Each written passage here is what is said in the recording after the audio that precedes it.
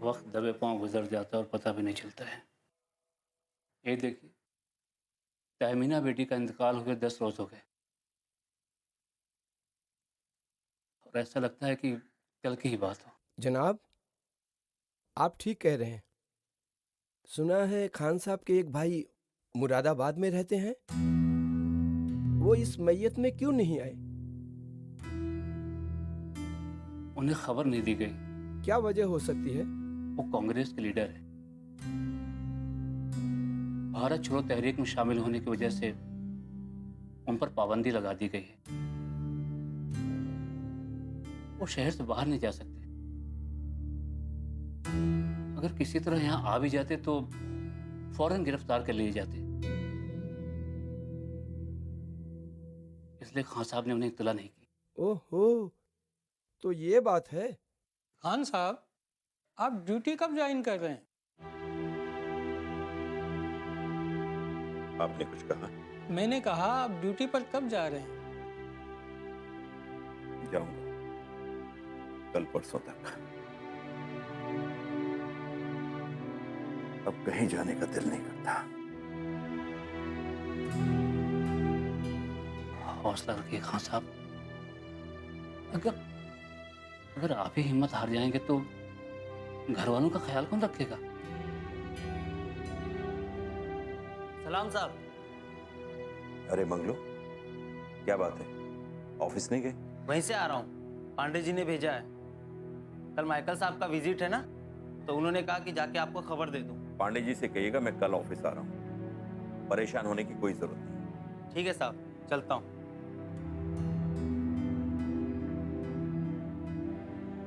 ये माइकल वही गोरा अफसर है जिससे आदिलपुर में मेरी झड़प हुई थी। उसे मालूम है मैं छुट्टी पर हूं। मेरे घर में गमी हुई है, फिर भी जानबूझकर विजिट कर रहा है ताकि मेरी गैर मौजूदगी का फायदा उठाते हुए कोई मेन मेक निकाले। मगर आपसे उनकी क्या दुश्मनी है? उसे मालूम है मैं अंग्रेजों के खिलाफ हूं, इसीलिए मुझे परेशान करने का बहाना ढूंढता रहता है। कमीनापन है और क्या।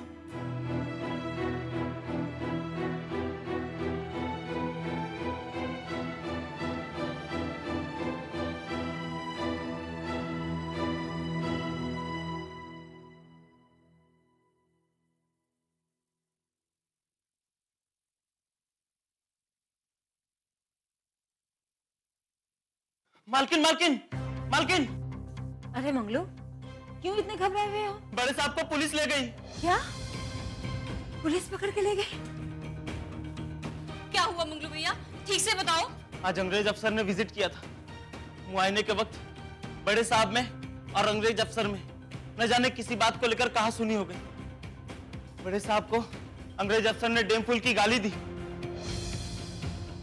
साहब के हाथ में डंडा था, साहब ने डंडे से उसका सर फोड़ दिया।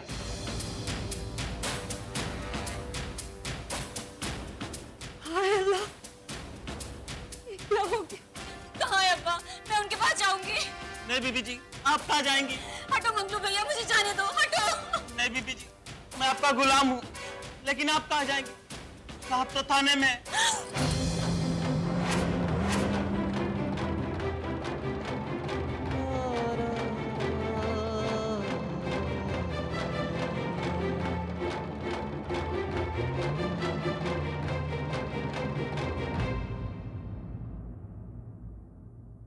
दरोगा साहब, नमस्कार। नमस्कार।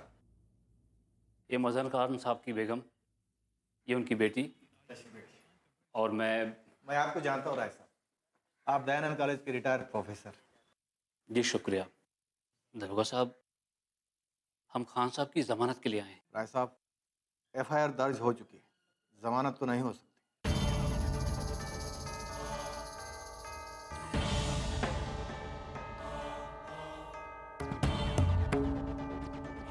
इतनी जल्दी एफआईआर भी दर्ज हो चुकी है? मामला लॉर्ड बहादुर का है राय साहब।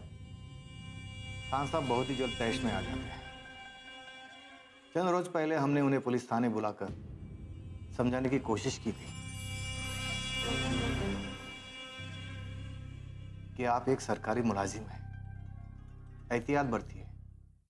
वो मुझी पर खफा हो गए। और एक खास बात, उनके पास से एक पिस्तौल बरामद हुई है।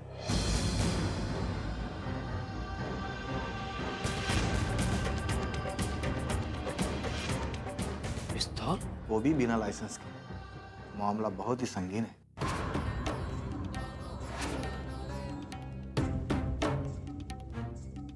दरोगा साहब, क्या उनसे मुलाकात भी नहीं हो सकती?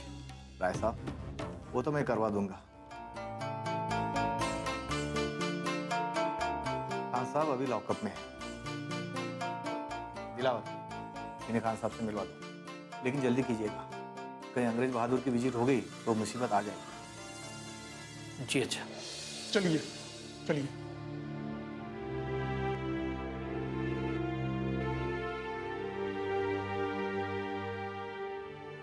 जनाब,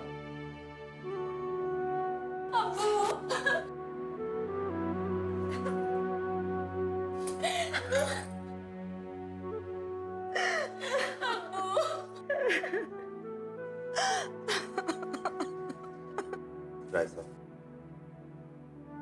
आखिर वही हुआ जिस बात का अंदेशा था। मैंने कल ही इशारा कर दिया था।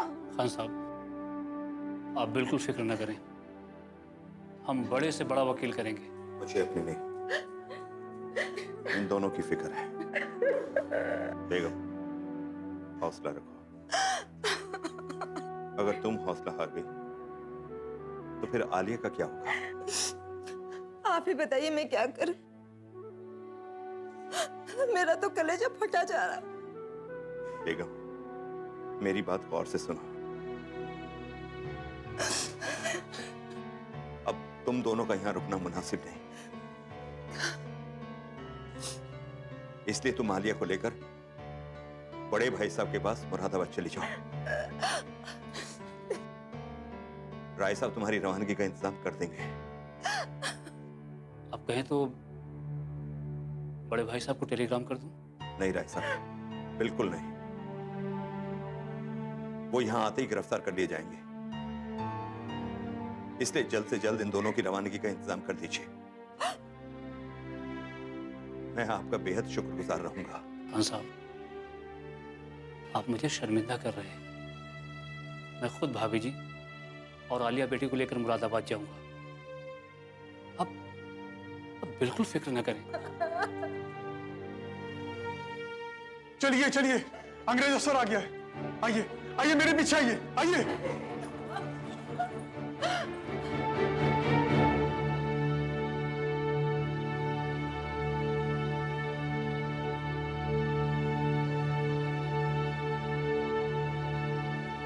कितनी आंगन छूट गए हैं, कितनी आंगन छूट गए हैं। ये है नशेमन, मजहर खान के बड़े भाई अख्तर खान की कोठी। मजहर खान की हिदायत के मुताबिक सोहन राय ने उनकी बेगम हाजरा और आलिया को यहाँ पहुँचा दिया। वक्त के गुजरने के साथ साथ धीरे धीरे हालात मामूल पर आ रहे हैं। आंगन का ये दूसरा पड़ाव है। तो आइए इस पड़ाव पर मिलने वाले नए किरदारों से मुलाकात करें। ये मजहर खान के बड़े भाई अख्तर खान हैं। आजादी के मतवाले और गांधी जी के परस्तार, कांग्रेस के लीडर हैं। जमींदारी खत्म हो जाने के बाद उन्होंने शहर में ये कोठी खरीद ली और यहीं बस गए। एक कपड़े की दुकान है जिसे उनके सौतेले भाई असरार मियां चलाते हैं। ये असरार मियां हैं। इनकी मां अख्तर खान के बाप खैबर खान की दाश्ता थी। असरार मियां छोटे थे तभी माँ बाप का इंतकाल हो गया। अख्तर खान उन्हें अपने साथ ले आए। उनकी हैसियत घर में एक नौकर से ज्यादा नहीं है। ये जमील मियां हैं, अख्तर खान के इकलौते साहबजादे। ग्रेजुएट हैं मगर बेरोजगार हैं। शायरी का शौक है। अख्तर खान की सियासी सरगर्मियों को नापसंद करते हैं। देखो, जो होना था हो चुका, अब तो कुछ किया नहीं जा सकता। ये बड़ी चची हैं, अख्तर खान की बेगम, नर्म मिजाज, सबसे मोहब्बत करने वाली।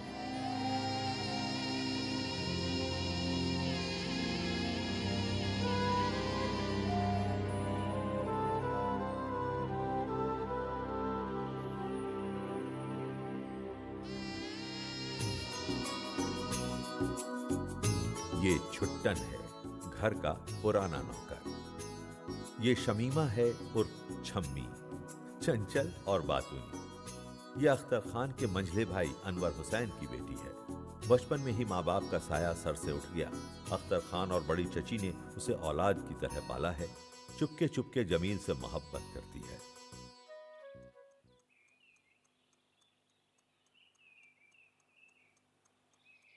सुनिए,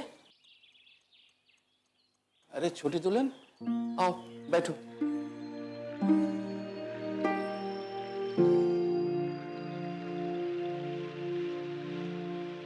हाजरा बहुत परेशान है।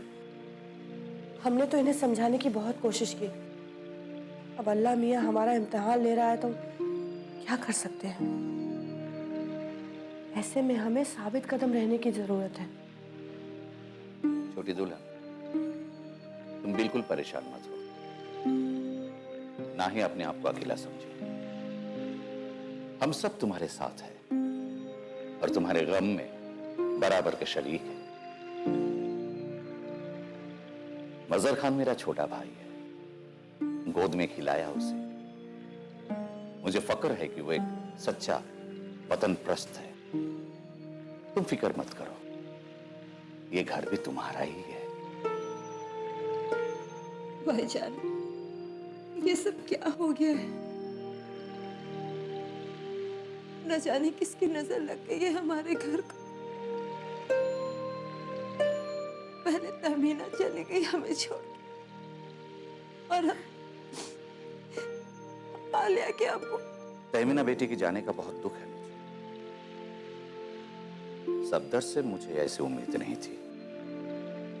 खैर, तुम फिक्र मत करो। राय साहब बहुत ही अच्छे आदमी हैं। इन्होंने एक बहुत बड़ा वकील कर लिया है। मजहर की जमानत की बात चल रही है। इंशाल्लाह बहुत जल्द वो हमारे साथ होंगे। आदाब। अरे जमील मियां, अच्छा हुआ तुम आ गए। असरार मियां बिल्टी छुड़ाने जा रहे हैं। तुम थोड़ी देर के लिए दुकान संभाल लो। मुझे मुशायरे की तैयारी करनी है। कितनी बार कहा है तुम्हें कि शेर शायरी छोड़ो और कुछ ढंग का काम करो। आपको शायरी से चिढ़ क्यों है? शायरी आदमी को निकम्मा बना देती है। क्या मिर्जा गालिब, मीर तकी मीर, मोमिन खान मोमिन, दाग दहलवी ये निकम्मे थे? मियां, पहले तुम अपने पैरों पर खड़े हो जाओ, कुछ ढंग का काम करो, फिर शेर शायरी करो तो जेब देगा। जब हमें हमारी शायर निशान नौकरी मिलेगी तब हम जरूर करेंगे। अरे मियां, तुम्हें काम करने की जरूरत क्या है? हमारी अपनी दुकान है। असरार मियां के साथ उसे संभालो, बस बहुत है। वो आपका खान खादी भंडार, वो कोई दुकान है? उस दुकान का सब मजाक उड़ाते हैं। आप चाहते हैं कि मैं उस दुकान पर बैठकर गज दो गज कपड़े बेचूं? ये मुझसे नहीं होगा।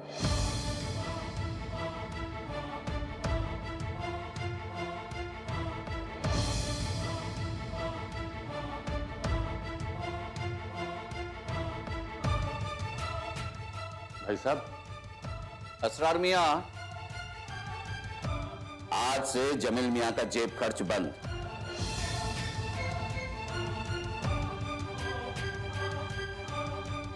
उसे एक पैसा भी मत देना।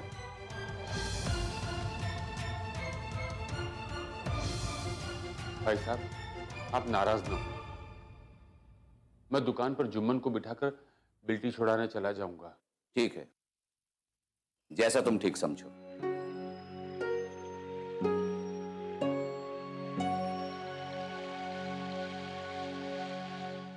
कितनी आंगन छूट गए हैं, कितनी आंगन छूट गए हैं। नौकरी तो दिलाते नहीं है, चले हैं दुकानदारी कराने। सारी मूड की ऐसी की तैसी करती है। एक तो मुझे तरही गजल की तैयारी करनी है, उसके लिए मूड का होना बहुत जरूरी है। देख जमी, इस वक्त मेरा मूड बहुत खराब है, तू यहां से जा। मुझे मुशायरे की तैयारी करनी है। आखिर हुआ क्या जो मिजाज इतना खराब है? अरे ये अब्बू, कह रहे थे दुकान पर बैठो। क्या मैं कपड़े बेचने के लिए पैदा हुआ हूं? इतना ही था तो पढ़ाया लिखाया क्यों? रहने देते तुम्हारे तरह अनपढ़।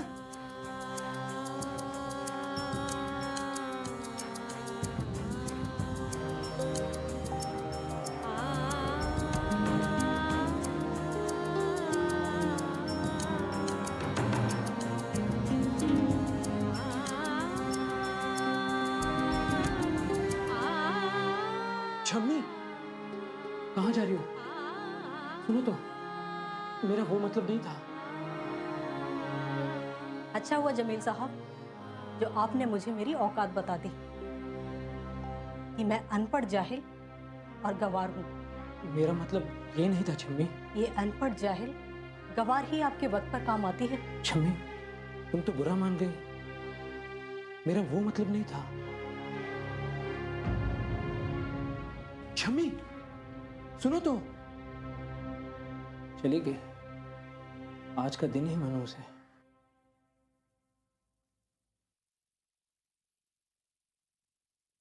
असरार मियां, मुझे जेब खर्च चाहिए। इसी सिलसिले में मुझे आपसे बात करनी है। भाई साहब ने कहा है कि मैं आपको जेब खर्च देना बंद कर दूं।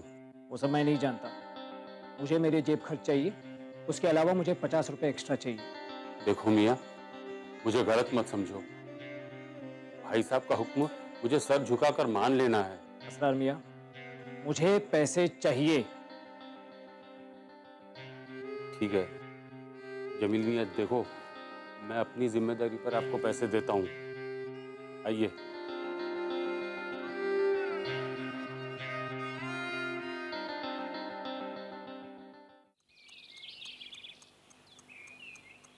यार बहुत दिन हो गए चमेली बाई के कोठे पर गए। क्यों ना आज वहीं जाके हाजिरी लगाई जाए। यार वो तो ठीक है, पर हमारे शायर साहब कहाँ हैं? अभी तक तो आ जाना चाहिए था। हाँ यार, इतनी देर हो गई। लगता है बाप से फिर हुज्जत हो गई। मुझे भी यही लग रहा है कि काफी ज्यादा दिन से इन बाप बेटों में तू मैं चल रही है। यार अंकल भी क्या करें, अगर जमील को कहते हैं कि दुकान संभाल ले तो हर्जी क्या है उसमें? जब तक नौकरी नहीं मिलती दुकान संभाल ले, और जब मिल जाए तो दुकान छोड़ दे। यार अंकल चाहे ना तो अपने बेटे को अच्छी से अच्छी नौकरी दिला सकते हैं। अरे तो दिलाते क्यों नहीं? अरे भैया, वे ठहरे खानदानी आदमी। अपने बेटे के लिए किसी से सिफारिश करना उनकी शान के खिलाफ है। बहुत खुददार हैं। मगर उनकी खुददारी उनके बेटे की राह का रोड़ा बनी हुई है। अरे यार, ये पुराने लोग ना अपनी आन पान शान के लिए कुछ भी कर सकते हैं। जान दे देंगे, मजाल है इनकी आन बान शान पे कोई आंच भी आ जाए। ये बात बिल्कुल सही कही मैं। अरे यार, अरे इतनी देर लगा दी। कहाँ थे? आइए बैठिए।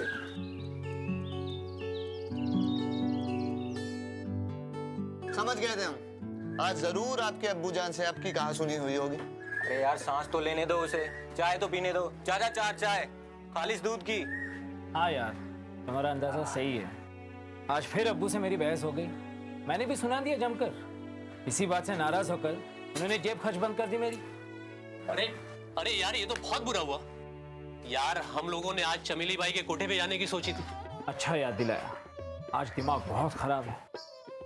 आज तो चमेली बाई की दिलकश आवाज सुने बिना दिल को सुकून नहीं मिल सकता। या वहां जाने के लिए गिरह में माल भी चाहिए। पैसे? मेरे पास 50 रुपए हैं। वाह गुरु, पैसे रखे हो और कह रहे हो कि जेब खर्च बंद हो गया। वाह क्या बात। मैंने गलत नहीं कहा था। अब्बू ने असरार मियाँ को कह दिया था कि मुझे पैसे मत दो। वो तो मैंने असरार मियाँ को शीशे में उतार कर उनसे पैसे ले लिए कि तुम डायरी में लिख लो कि जब मुझे नौकरी मिल जाएगी तो मैं पैसे लौटा दूंगा। तेरे अब्बू को मालूम पड़ गया तो उनकी तो छुट्टी हो जाएगी।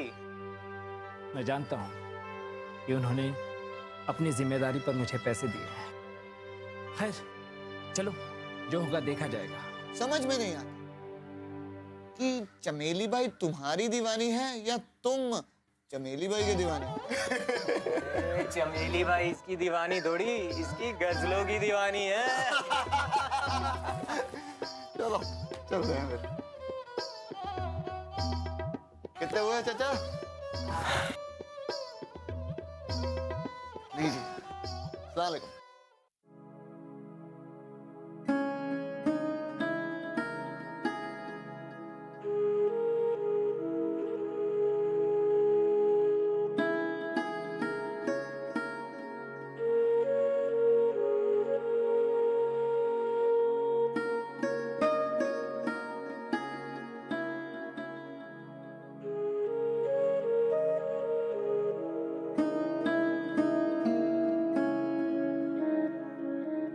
अरे आलिया बाजी, आप रो रही हैं?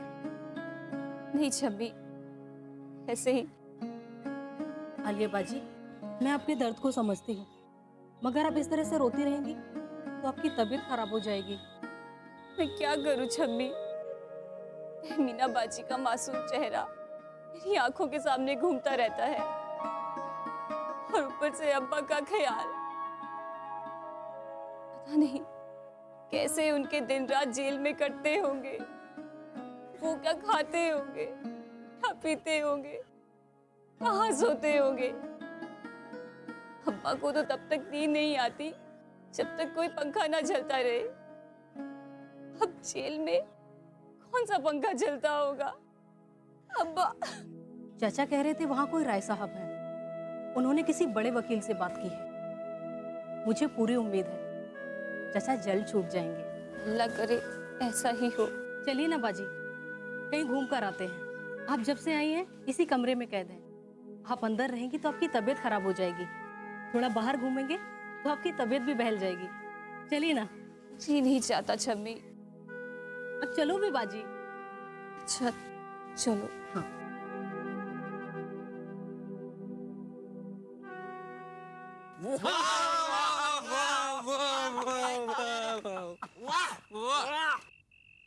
अरे वो शेर तो गजल की जान था। कौन सा शेर? अरे वही, जब वक्त पड़ा गुल पर सब बन गए हर जाई, भौरा भी तमाशाई, बुलबुल भी तमाशाई। वाह मियां, ये गजल जिगर मुरादाबादी साहब की टक्कर की गजल है। यारो इतना भी मत चढ़ाओ कि मैं उतर ना पाऊं। जिगर साहब बहुत बड़े शायर है, बहुत बड़े। मैं तो उनके कदमों की धूल भी नहीं हूँ। एक बात बोलूं? बोल बोल। मैंने कौन सा तेरा मुंह पकड़ लिया है? बोल। यार, जमील मियाँ की शायरी औसत दर्जे, उस पर चमेली बाई की आवाज की शान चढ़कर ओ साइंस के स्टूडेंट्स, ये शायरी है, कोई डार्विन की थ्योरी नहीं है। तुम क्या जानो शायरी की नजाकत को? यारो बहस बंद करो और मुझे कोई बताओ, मेरा घर आ गया क्या? अब मुझसे नहीं हो रहा, मुझे नींद आ रही है। ओ भाई, ये तो गए, और अगर हमें किसी ने इस हालत में देख लिया तो बहुत बुरा होगा भाई। अबे ओ विक्रम, अबे कोठी आ गई बे। ये तो कोठी का पिछवाड़ा है। अरे मुझे पता है, जब जमील भाई पी के आते हैं ना तो इसी रास्ते से कोठी में घुसते हैं। ठीक है, हाँ, चलो चलो। हाँ, जमील भाई क्या गजल है।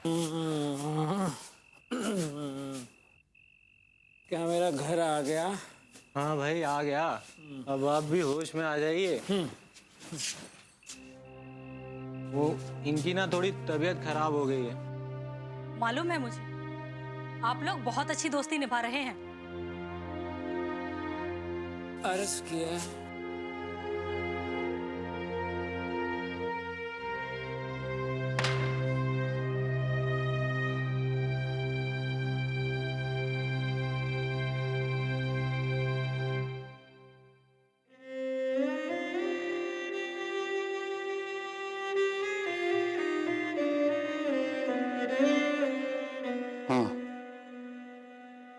ये सब बिल्कुल ठीक है।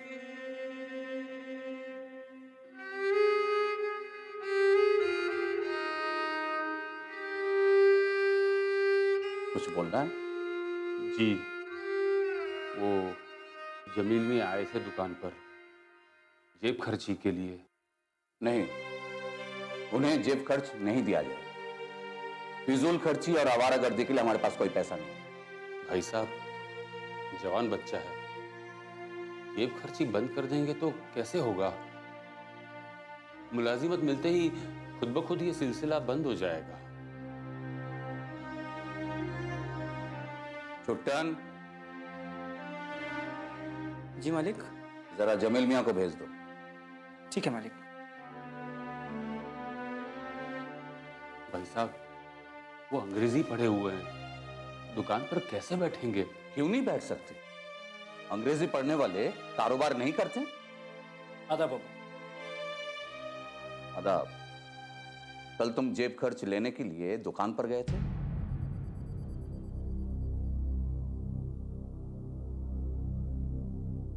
जी हाँ। हमने तुम्हें मना किया था।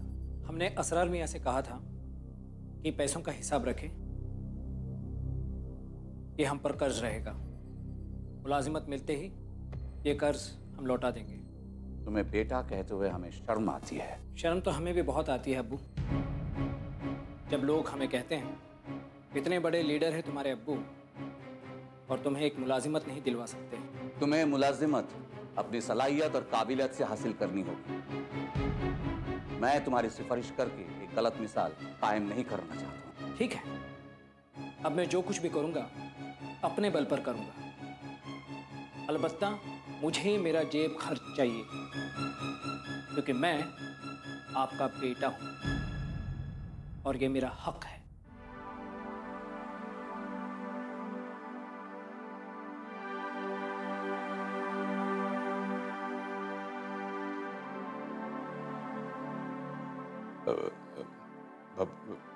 भाई साहब, मैं जाऊं? हाँ हाँ, जाओ। असरार मियां जी, उन्हें जेब खर्च दे दिया कीजिए। जी बहुत अच्छा।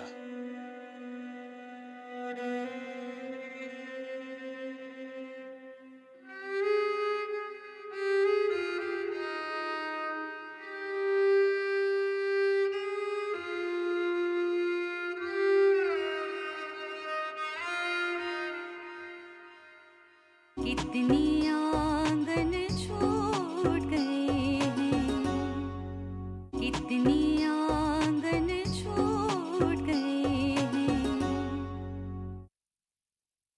क्यों असरार मियाँ, जमील भाई की शिकायत करके हो गया कलेजा ठंडा? मैंने कोई शिकायत नहीं की। अच्छा, फिर बड़े चाचा उन्हें क्यों डांट रहे थे? वो उनकी जेब खर्ची पर। लो, अब घर की औलाद को अपने जेब खर्च के लिए गैरों का मोहताज होना पड़ेगा। ऐसी बात नहीं है भाभी। ए असरार मियां, मुझे भाभी मत कहो। मैं तुम्हारी भाभी नहीं हूं।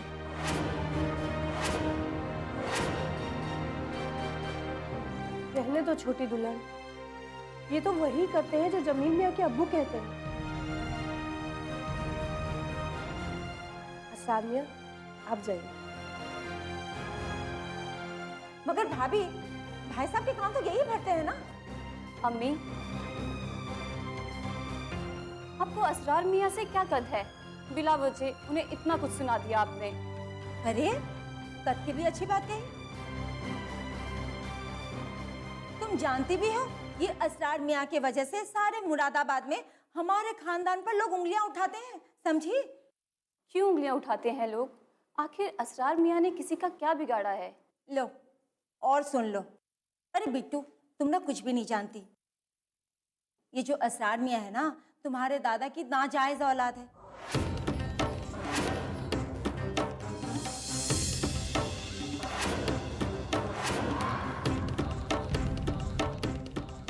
और इनकी माँ तुम्हारे दादा की दाश्ता थी।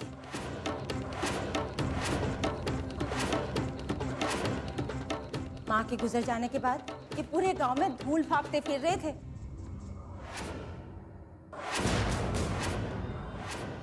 तब मियाँ के भाई साहब यानी कि तुम्हारे बड़े अब्बू इन्हें वहां से उठाकर घर ले आए। और वो जो कपड़े की दुकान है ना, इनके हवाले कर दिए। अरे बिट्टू, ये समझो कि ये जो असरार मियाँ की कहानी है ना, तुम्हारे सफदर भैया से बिल्कुल मिलती जुलती है। इसका मतलब ये हुआ कि असरार मियाँ रिश्ते में हमारे चचा हुए? हाँ, अगर नाजायज ना होते तो चाचा ही लगते। मगर अम्मी, हमारे बुजुर्गों की गलतियों की सजा उनकी औलाद को क्यों दी जाती है? लो और सुन लो, आंखों देखे दूध में पड़ी मक्खी निगल ले। आलिया बेटा, तुम अभी बच्ची हो, इन मामलात को तुम नहीं समझती। अब मैं इतनी भी बच्ची नहीं हूँ बड़ी अम्मी कि जायज और नाजायज में फर्क ना समझूं। बस मैं इतना जानती हूँ कि असरार मियाँ रिश्ते में मेरे चचा लगते हैं और आज से मैं उन्हें चचा कहकर ही पुकारूंगी। अरे आलिया बाजी, आप असरार मियाँ को चचा कह के पुकारेंगी? मजा आएगा। छम्मी, असरार मियाँ रिश्ते में तुम्हारे भी चचा लगते हैं और तुम्हें चाहिए कि तुम उनसे अदब से बात करो। देखिए आलिया बाजी, ये हर अरे गरे नत्थू खैरे का अदब हम नहीं करेंगे। तुम्हारी मर्जी।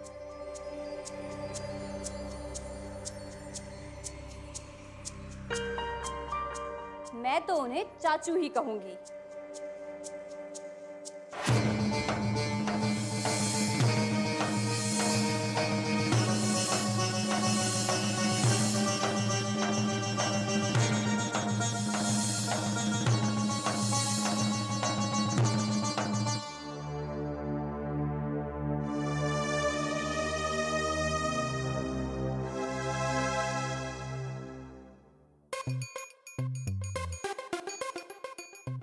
हाँ, परेशान मत कर छम्मी, मेरा मूड ठीक नहीं है।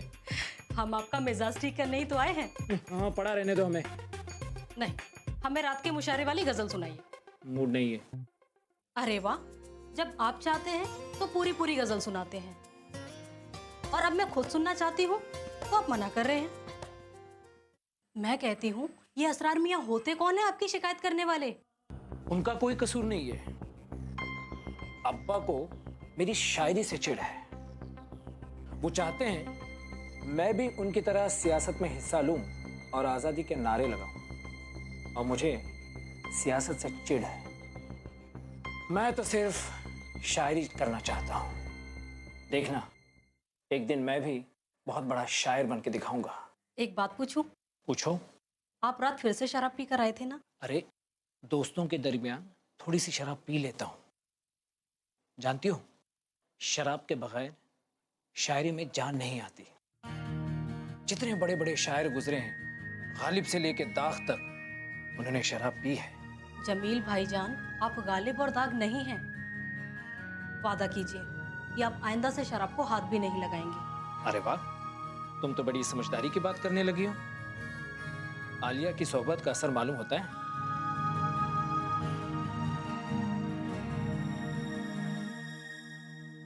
कितनी आंगन छूट गए हैं, कितनी आंगन छूट गए हैं।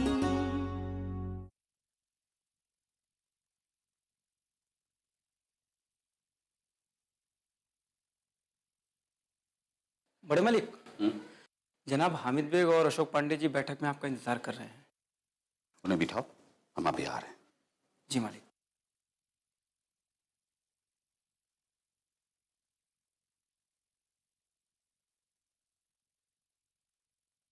अस्सलाम वालेकुम बेग साहब। वालेकुम सलाम। नमस्कार पांडे जी। नमस्कार नमस्कार। तशरीफ लाइए। शुक्रिया।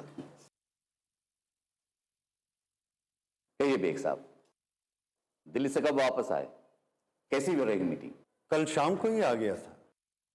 सब अहबाब आपको ही याद कर रहे थे। क्या बताएं बेग साहब, भाई मजहर खान की गिरफ्तारी से पूरा खानदान परेशान हो गया, वरना हम भी जरूर चलते मीटिंग में। कोई बात नहीं खान साहब, घरेलू जिम्मेदारी भी तो जरूरी है। पंडित जी, आप बताएं। मुझे मजहर भाई की गिरफ्तारी के बारे में कल ही मालूम हुआ, सुनकर बड़ा अफसोस हुआ। क्या किया जा सकता है पांडे जी? भाई मजहर खान शुरू से ही जज्बाती है और सियासत में जज्बात के साथ तहम्मुल जरूरी है। जमानत का क्या? जमानत तो मुश्किल नजर आती है। मामला अंग्रेज बहादुर का है। वहां राय साहब पैरवी कर रहे हैं, देखे क्या होता है। एक और खबर आई है जिससे अंग्रेजी सरकार और चौकन्ना होगी। कौन सी खबर? सिंगापुर में नेताजी सुभाष चंद्र बोस ने आज़ाद हिंद की फौज भी बना ली। जापानी उनकी मदद भी कर रहे हैं। उन्होंने हिंदुस्तानी नौजवानों से फौज में भर्ती होने की अपील की है और नौजवान जौक दर जौक फौज में भर्ती भी हो रहे हैं। एक तरह से अच्छा ही हुआ है। इधर गांधी जी की सत्याग्रह, उधर बोस बाबू की बगावत।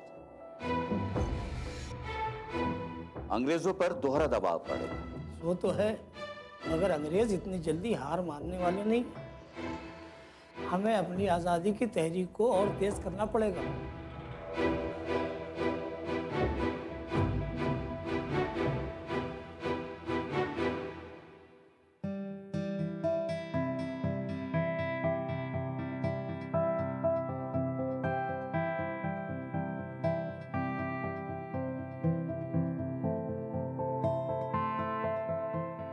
बाजी, आप ये 2 दिन से क्या पढ़ रही हैं? छम्मी, ये गांधी जी की सवाने हयात है। तलाशे हक, यानी सच्चाई की, खुदा की तलाश। महात्मा गांधी वही ना जो बड़े चाचा के लीडर हैं, जो आए दिन व्रत रखते हैं और जिन्हें बड़े चाचा बापू कहते हैं, वही ना? छम्मी, तुम महात्मा गांधी जी का जिक्र ऐसे भौंदे अंदाज में नहीं कर सकती। वो हमारे राष्ट्रपिता हैं, इसीलिए लोग उन्हें बापू कहते हैं। आप भी मुझे डांट लीजिए, मैं तो अनपढ़ गवार हूँ ना, मुझे क्या मालूम कौन क्या है। नाराज होगी हमारी मुनिया बहन। सब लोग मुझे ताना देते हैं कि मैं अनपढ़ गवार हूँ।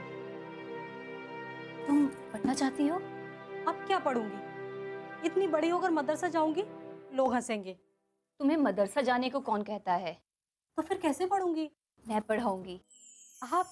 हाँ, कल से ही तुम्हें पढ़ाऊंगी। सच बाजी? बिल्कुल सच। फिर तो मैं अच्छी अच्छी कहानियां भी पढ़ सकूंगी। कहानियां ही नहीं, बल्कि इतनी मोटी मोटी किताबें भी पढ़ सकोगी। फिर तो मुझे कोई अनपढ़ गवार का ताना नहीं देगा ना? सवाल ही नहीं उठता। बस छम्मी, तुम पढ़ना शुरू कर दो। मैं जमील भाईजान की तरह शायरी भी कर पाऊंगी? शायरी? वो तो मैं तुम्हें चलते फिरते सिखा दूंगी। मजा आएगा। मैं अचानक जमील भाईजान को अपनी कोई गजल सुनाऊंगी। बड़ा नाज है ना उन्हें अपनी शायरी पर। छम्मी, इल्म अपने आप को संवारने के लिए हासिल किया जाता है, दूसरों को नीचा दिखाने के लिए नहीं। उस्तानी बाजी, गलती हो गई, हमें माफ कर दीजिए। नौटंकी कहीं की। अच्छा बाजी, थोड़ा सा पढ़ के सुनाइए ना, इस किताब में क्या लिखा है? अच्छा सुनो।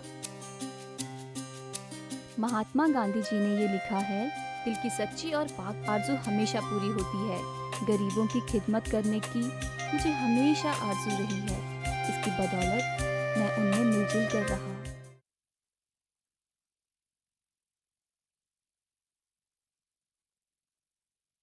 जुमन, ये रख दो। आइए जनाब, कहिए क्या खिदमत करूं आपकी? जी, हमें कुर्ते के लिए उम्दा कपड़ा दिखाइए। अभी लीजिए। ये देखिए जनाब। अरे, ये तो देसी कपड़ा है, हमें विलायती दिखाइए। जनाब, हमारे पास तो देसी कपड़ा ही है। लेकिन देसी कपड़ा तो मोटा और भद्दा होता है,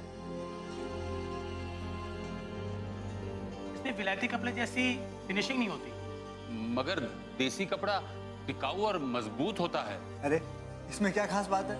टिकाऊ और मजबूत तो विलायती कपड़ा भी होता है। जनाब, हमारे पास तो यही है, आगे आपकी मर्जी। कर चलिए। क्या बात है नौजवान, कपड़ा पसंद नहीं आया? जी नहीं, आपके पास है देसी कपड़ा और हमें चाहिए विलायती, जो हमें पसंद नहीं है। क्या नाम है आपका? जी खालिद। और आपका जनाब? जी कैलाश। तो जनाब आप दोनों क्या करते हैं? हम स्टूडेंट हैं, बीए में ज़ेरे तालीम हैं। आप लोग अखबार पढ़ते होंगे रोजाना? जी हाँ, पढ़ते हैं। तो आप लोगों ने महात्मा गांधी का नाम भी सुना होगा। ये आप कैसी बातें कर रहे हैं? उनके बारे में कौन नहीं जानता? महात्मा गांधी जी तो हमारे राष्ट्रपिता हैं। तो आप लोगों ने ये भी पढ़ा होगा कि महात्मा गांधी ने इंग्लिश कपड़ों का बायकॉट करने की अपील की है। हाँ, मगर ये तो बहुत पुरानी बात हो चुकी है। बात पुरानी हो गई, मगर तहरीक जारी है। याद रख, जब तक इंग्लिस्तान से आए हुए चीजें खरीदते रहेंगे, तब तक अंग्रेज हमारा मुल्क कभी नहीं छोड़ेगा। इसलिए पहले हमें अंग्रेजी चीजों को छोड़ना पड़ेगा, तभी अंग्रेज भारत छोड़ेगा।